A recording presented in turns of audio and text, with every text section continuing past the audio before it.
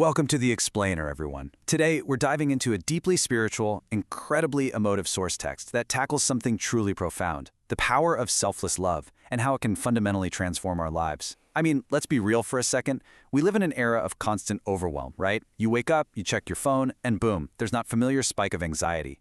The demands of modern life, they just feel heavier than ever. So whether you're feeling totally buried by that daily pressure, or you're just looking for a clearer sense of direction, the text we're breaking down today offers a roadmap that is both deeply comforting and, honestly, a bit challenging. We're going to take a journey from the quiet sanctuary of inner peace all the way out to living a life of bold, actionable purpose. Let's get into it.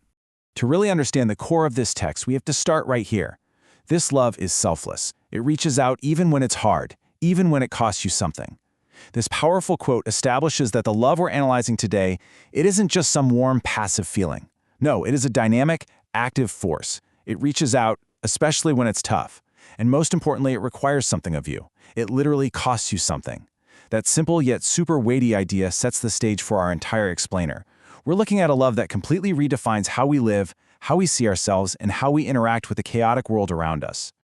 Okay, let's dive into this. Section 1. The gift of unconditional love, an anchor in the chaos. So, the very first stage of the ripple effect described in our source is all about receiving unconditional love from the divine.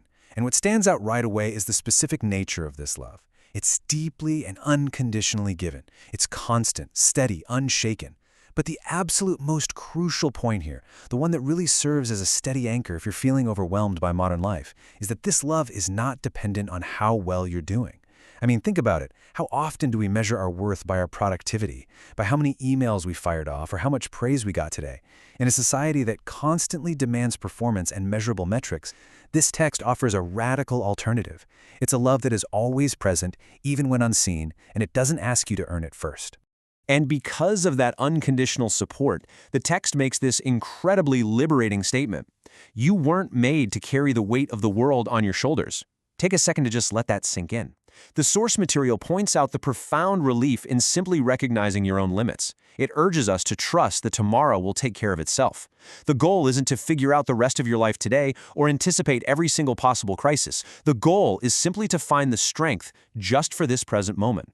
Which brings us to an internal shift in Section 2, finding peace in the present, silencing the noise. Once you truly accept that you don't have to carry the weight of the world, how does that actually change your daily life? Well, the text sets up a stark contrast, and this brilliantly illustrates the shift. On the left side, we've got the exhausting hustle culture, the world's demands.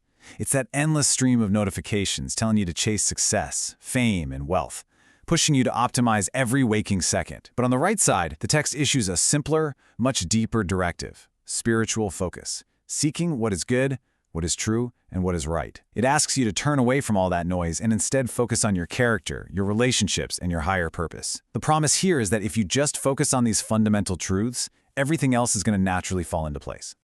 And when you finally step away from that constant hustle, you encounter an entirely different kind of peace. The source explains that real peace isn't some battle to be won. The anxiety and fear in your mind might try to drown out the quietness of your soul, sure, but peace is presented here as a pure gift to simply be received. You don't need to earn it, and you definitely don't need to fight for it. By shifting your focus, this peace naturally crowds out the noise, replacing fear with this deep-seated faith and courage. And the best part? This inner quietness is not dependent on your chaotic circumstances. It stays incredibly steady, even when the world around you is spinning completely out of control. Moving on to a critical requirement in Section 3, the freeing power of forgiveness, letting go of the weight. Now, to actually maintain that inner peace, the text introduces something that is incredibly difficult, yet absolutely essential: unconditional forgiveness. You know, we so often think of forgiveness as this favor we're doing for the person who wronged us, but the text frames it entirely differently. It explicitly says, forgiveness isn't just about the other person, it's about freeing your own heart. Holding on to anger and pain, that's just a heavy, useless weight dragging you down. Forgiving unconditionally isn't giving them a free pass, it's giving yourself one. Letting go of that grudge is literally the master key to lifting that burden from your own spirit. And releasing that heavy weight is exactly what allows for genuine rest. The source offers this incredibly gentle invitation for the weary to stop trying to do life entirely on their own. Let's be honest, we humans are pretty stubborn, aren't we? We'll run our engines on empty, totally convinced we just need another cup of coffee or one more hour of sleep, rather than admitting we simply can't do it alone. But the text says, bring your exhaustion, bring your doubts, rest when you feel like you have absolutely nothing left. It explicitly encourages you not to be afraid to ask for help when you're unsure what to do, assuring you that even when things don't look the way you'd expect, you can trust that everything is ultimately working together for your good. All right, section 4, humility and your true worth, seeing yourself clearly. Now, what's really interesting about this slide is how this sense of inner peace and rest directly combats our modern epidemic of comparison. The source material completely redefines humility. So often we equate humility with self-deprecation, right? Like reflexively putting ourselves down or feeling like we don't measure up. But the text explicitly says humility is not about thinking less of yourself. Instead, it's an empowering recognition of your own intrinsic value. It is simply seeing yourself as you truly are, deeply loved, cherished, and incredibly valuable. And recognizing your own immense worth naturally leads right into mercy. When you know you're unconditionally loved and valued, you just don't feel threatened by others. And that empowers you to extend that same unearned grace outward. Mercy is defined here as showing kindness even when someone doesn't deserve it. What does this actually look like on a random Tuesday afternoon? Well, it looks like taking a deep breath when a colleague unfairly takes credit for your idea, or giving someone the benefit of the doubt when they cut you off in traffic.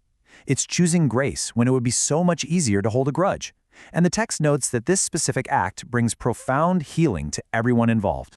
You don't have to prove your worth by being better than someone else. I love this point. The text explicitly states that everyone's journey is totally different. You are not called to be a carbon copy of anyone else. You are called to be uniquely yourself, uniquely created with love and with a very specific, singular purpose. So there's absolutely no need for judgment, and definitely no need for that exhausting trap of comparison. Which leads us nicely to our final phase, Section 5, Living a Life of Purpose, the ripple effect in action. So, we've looked at the internal shifts, right? Receiving love, finding peace, forgiving, recognizing our worth. Now we get to see how all of this ripples outward, into how we actively treat the world. The text breaks this down into 3 clear directives for actionable love. Step 1, do not waste your time judging or comparing yourself to others. Step 2, go the extra mile. When someone needs help, don't just do the bare minimum. Give with your whole heart, whether it's a close friend or someone you find incredibly difficult to love. And step 3, shine your light. Be bold in your kindness and your integrity, because selfless love means showing up fully, and the world desperately needs to see it in action. It all coalesces into this. Do unto others as you would have them do unto you. The famous golden rule. Treat people exactly the way you want to be treated, with respect, kindness, and love. The text highlights this not just as some nice moral guideline, but as a dynamic way of living. And here is the beautiful paradox the source reveals. By focusing outward and choosing to miraculously change the experiences of the people around you, your own heart is simultaneously transformed in the process. How amazing is that?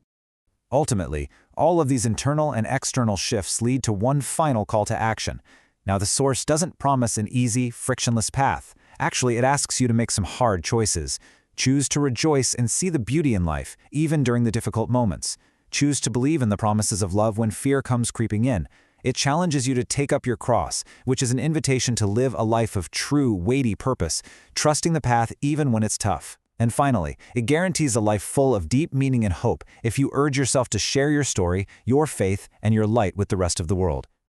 To wrap up, I want to challenge you with one final, profound thought, based on the text's closing remarks. Look, you might not always have the perfect words to say. You might not always know exactly how to fix the problems around you. But ultimately, your life itself is the message. By embracing inner peace, extending unconditional forgiveness, and acting with selfless love, you become a living beacon. So ask yourself, is your life the message the world needs to see right now? Think about how you can start rippling that selfless love outward today. Thank you so much for joining me on this explainer, and as always, keep learning.